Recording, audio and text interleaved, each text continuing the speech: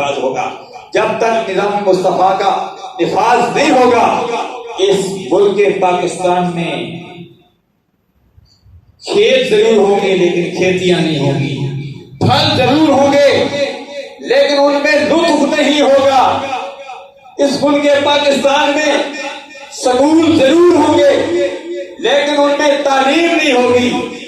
اگر ان میں تعلیم ہوگی تو علم نہیں ہوگا، اگر علم ہوگا تو علم نہیں ہوگا، اگر علم نہیں ہوگا تو ان میں حوصلہ نہیں ہوگا، اگر حوصلہ ہوگا تو ان میں قوت فیصلہ ہے.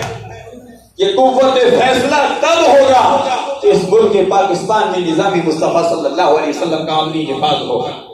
ملک پاکستان کے پورے خطے میں آج ملک پاکستان میں رہنے والے یہ اپنے آپ کو پنجابی کہلواتے ہیں، کوئی پشتون کہلواتے ہیں، کوئی اپنے آپ کو مہاجر کہلواتے ہیں.